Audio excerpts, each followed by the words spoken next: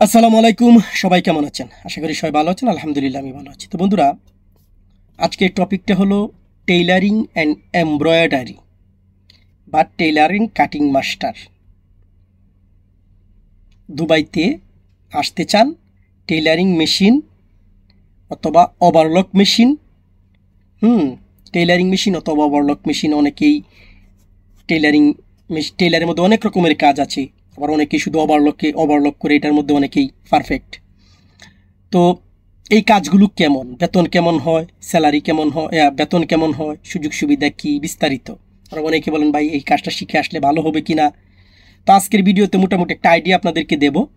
যারা টেইলারিং কাজে আসতে চান আশা করছি অনেকটা উপকার হবেন। পুরো ভিডিও দেখেন।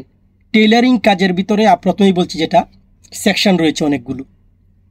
তবে প্রবাসে যদি আপনি টেইলারিং কাজে আসেন সবথেকে বেশি সেটা হলো বুরকার কাজ, মানে আবায়ের কাজ, কান্দুরা কাজ, জুব্বা, তারপর আপনার ফতুয়া, এইগুলোর কাজ কিন্তু প্রবাসী সব থেকে বেশি। ওকে, তো যারা বাংলাদেশে ভালো পাঞ্জাবির কাজ জানেন তারা এই দেশে আসার পর আপনারা টেলারিং কাজ করতে পারবেন। বুরকার কাজ যদি জানেন সেটাও করতে পারবেন। তবে বাংলাদেশের কাজে দেশের কাজের মোটামুটি পার্থক্য রয়েছে অনেক। মেশিন একই, যেমন আপনার ঝুঁকি মেশিন বা অন্য কোম্পানির মেশিন একই, কিন্তু কাজের পার্থক্য রয়েছে। কিছু কিছু কোম্পানি আছে যে আপনার ক্যাটালগ নিয়ে কাজ করতে হয়, যেমন আপনাকে একটা বুরকার ক্যাটালগ দিবে, সেই বুরকার ক্যাটালগটা দেখে আপনাকে সেই রকম একটা।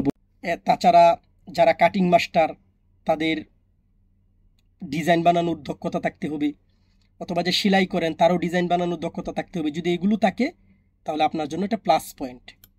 এখন কথা হলো যে এইগুলো বেতন কেমন হয়, ডিউটি কত ঘন্টা হয়। দেখেন, টেইলারিং কাজে বেতন, আমি আমারটা উদাহরণ দিয়ে বলি, কারণ আমার যে ফ্যাক্টরি রয়েছে আপনারা জানেন আরব আমিরাত দুবাইতে।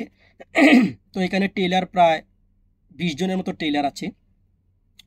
আবার অন্যান্য সেকশন সব মিলিয়ে প্রায় 50 জনের উপরে লোক, কিন্তু টেইলারিং সেকশনে 20 জনের মতো কাজ করে। তাদের যদি আমি বলি তাহলে তাদের স্যালারি 1200 দিরহাম। ঠিক আছে, 1200 দিরহাম স্যালারি ধরা হয়, এবং 1200 দিরহাম বর্তমান সময়ে আপনি প্রায় 34 থেকে 38,000 টাকার মতো হয়। তাছাড়া আপনার খাবার, থাকা, খাবার, টাকা, ভিসা সব কিছু আমার উপরে। সব কিছু যদি আমি হিসাব করি তাহলে 2000 দিরহামের মতো স্যালারি পড়ি। এখান থেকে আপনি 800 বা 900 টাকা বাদ দিতে পারেন, বাকিটা ওর থেকে যায় পুরোপুরি। যেহেতু আমি ভিসা লাগিয়ে দেই, তারপর রুম ভাড়া দেই, তারপর আমি খাবারের খরচ দেই, ঠিক আছে, এটা সবগুলো দেওয়ার পর আমি স্যালারি সর্বনিম্ন 1200 দিই। এর উপরেও আছে। তো এটা একটা আইডিয়া দিলাম।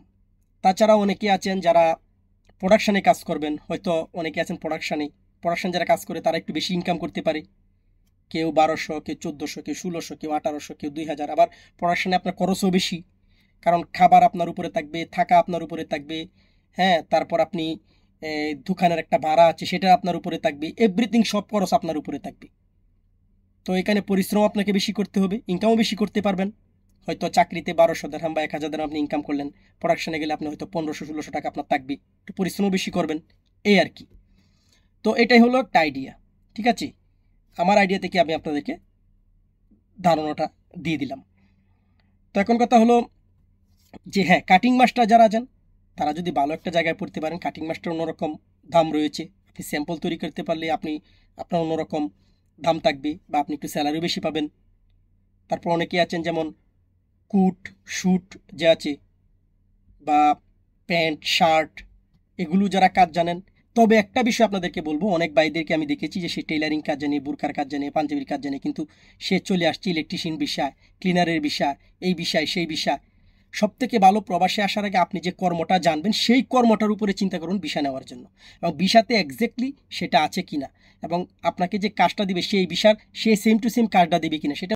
অনেকেই এই জিনিসটা না জেনে যা শুনে বুঝে চলে আসে, পরবর্তীতে শুধু এখানে এসে কান্না করে যে ভাই আমি তো টেলারিং কাজ জানতাম, আমি তো এটা জানতাম, কিন্তু আমাকে নিয়ে আসছে আরেক জায়গায়, আমি প্যান্ট শার্টের কাজ জানি, আমাকে এখন নিয়ে এসে দিয়ে দিছে অন্য কাজ। তবে এখানে যদি আপনি টেলারিং কাজ জানেন, যে কোনো সেকশনে আপনাকে দেখ না কেন, হয়তো 2-1 দিন, হয়তো 1 মাস 15 দিন পর আপনি সেটাও করতে পারবেন। তবে সেটা ভালো কাজ জানা লোক তারাই করতে পারে। তাই আপনাদেরকে বলবো, আসার আগে আপনারা এই জিনিসটা ভালো করে জেনে আসবেন। আপনি যে কাজে জানেন সেই কাজটার উপর আসার জন্য চেষ্টা করবেন, তাহলে আপনি সহজে সফলতাও পাবেন। আপনি রিল্যাক্সে কাজ করতে পারবেন, আপনার শান্তি লাগবে আপনার মনের মধ্যে। টাকা যদি কমও ইনকাম করেন তারপর শান্তি পাবেন যে আমি যে কাজটা জানি, কারণ আপনার কাছে সব সহজ লাগবে। ফ্যাক্টরিতে যাবেন সহজে কাজ করে চলে আসবেন, আপনার মনটাই ভালো থাকবে। ঠিক আছে, তো সবাই ভালো থাকুন, সুস্থ থাকুন, আল্লাহ হাফেজ।